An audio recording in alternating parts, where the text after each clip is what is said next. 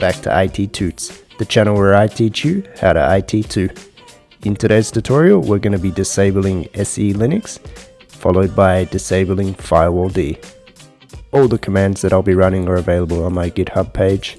I'll put the link in the description and you can just copy and follow along with me. So first thing we're going to do is check the status of SELinux.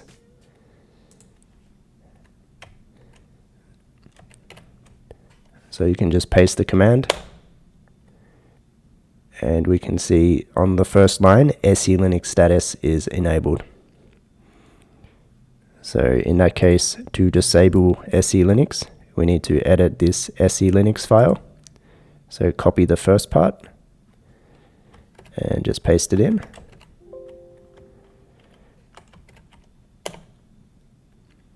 And you want to go to the line that says SELinux enforcing and change it to disabled, or you can copy this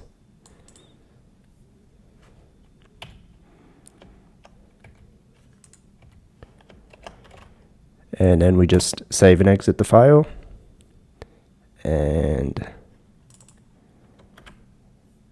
run this command once again. So we can see that it's still enabled.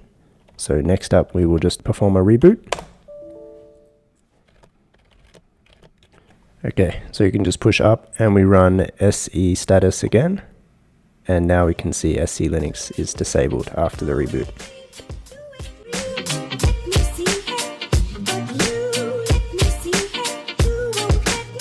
Okay, next up, now we're going to disable Firewalld.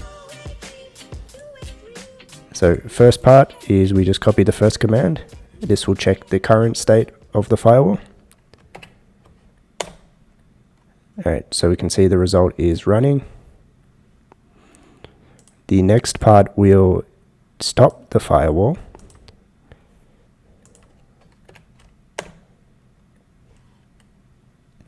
Now, when you just run the stop command, once you reboot the server, it won't persist. To make it persist through a reboot, we need to copy the following command, which is disable. Okay, now it's disabled, so once we reboot, it won't be running.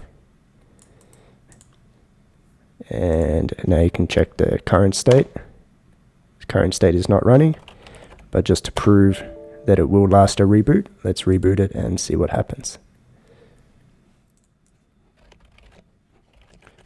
Okay, let's run this command again, and we can see that still the firewall is not running. Okay guys and girls, smash the like button if you made it to the end, and don't forget to subscribe. I have some really good ideas for some new content that will be coming out soon, and you are not going to want to miss this.